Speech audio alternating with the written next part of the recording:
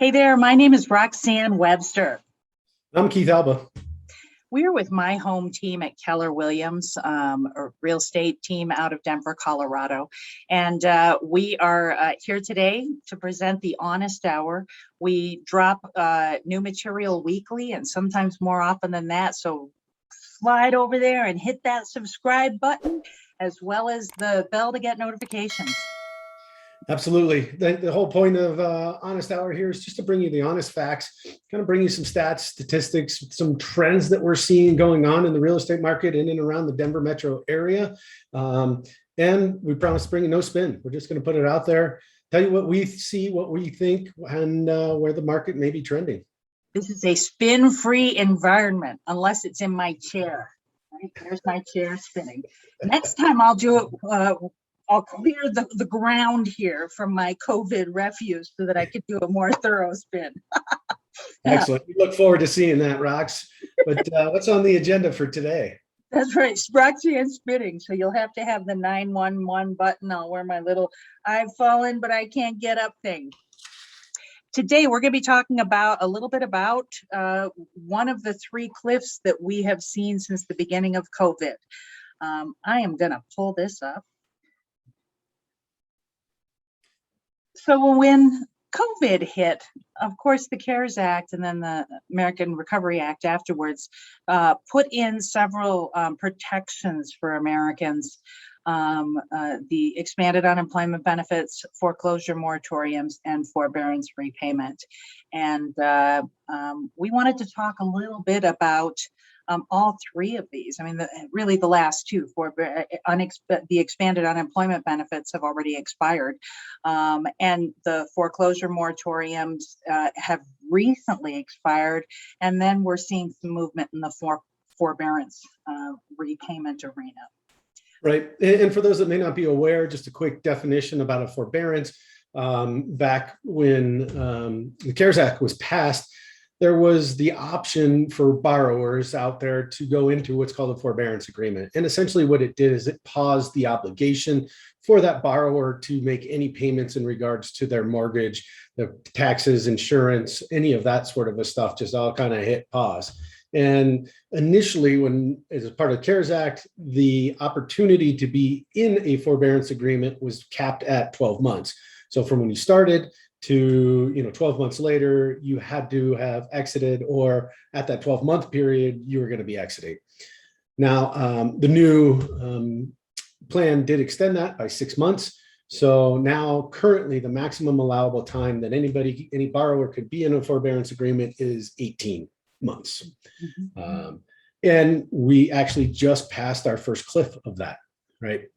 So we're big followers of Black Knight. They're a mortgage company that collects a lot of data, adds a lot of value to the mortgage industry, but they also get a lot of information out of that. And in September, there was 460,000 borrowers that were in forbearance, and they're either set to renew potentially based off of their situations, or they've hit that maximum amount. There was 75% of those, Rox, 345,000 of that 460,000 in September that were due for either a renewal or exit. 345 of them were at that 18 months.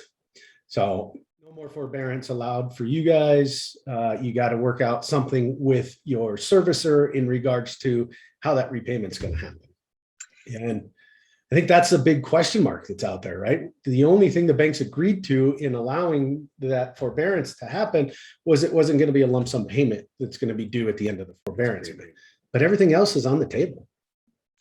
That's exactly right. And it's such an interesting discussion because, when we saw the Great Recession, which is really the last thing that we have to compare this event to, we were in a very, very different situation. We were in a situation where the loans themselves caused the crisis, right? People were in loans that you'd be at a payment of $2,000 a month, and then the loan itself's terms would change to start adjusting those payments upward.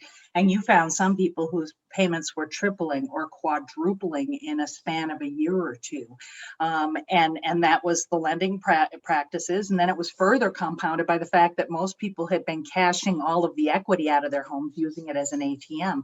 This is a very different situation. This was caused by a global pandemic and pulling the plug out of the wall of the global economy, and everybody and their grandfather sending out emails to folks saying, you want to skip a few mortgage payments? You want to skip a few credit card payments? How about that car payment? And everybody's going, yeah, sure, yeah, sure, yeah, sure. And as a result, but many of Americans continued clocking along, and in fact, prospering through this time.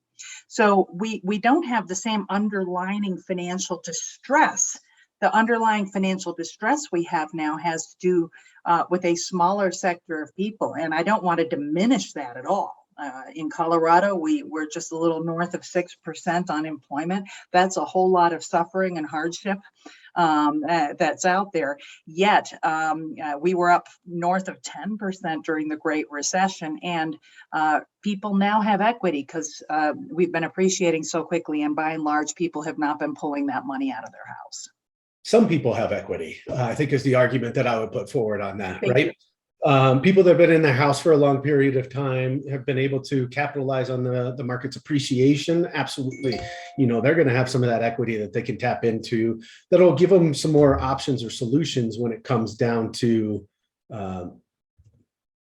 options at the end of this forbearance agreement, right? But there are some that are out there. There's loan programs where minimum to no down payments are acceptable. And for those people, yes, the market has still continued to appreciate, but when you add in, I don't think the appreciation is enough to cover the 18 months of missed principal, interest, taxes, and insurance payments that have been made. So there's such an important out there that is underwater in terms of what they owe versus what their house is worth. I think that's such an important point. I think that people think of missed payments. They're thinking that what they owe at the end of that is the principal, right?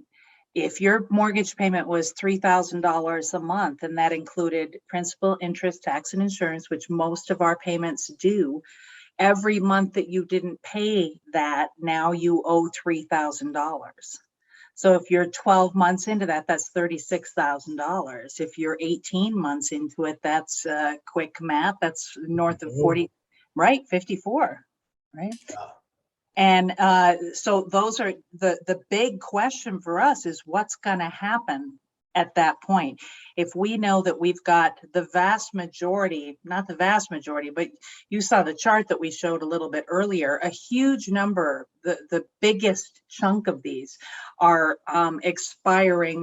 did expire in July, August, September, October, and then it starts to taper off in November, and then it'll bump along through third quarter of last year.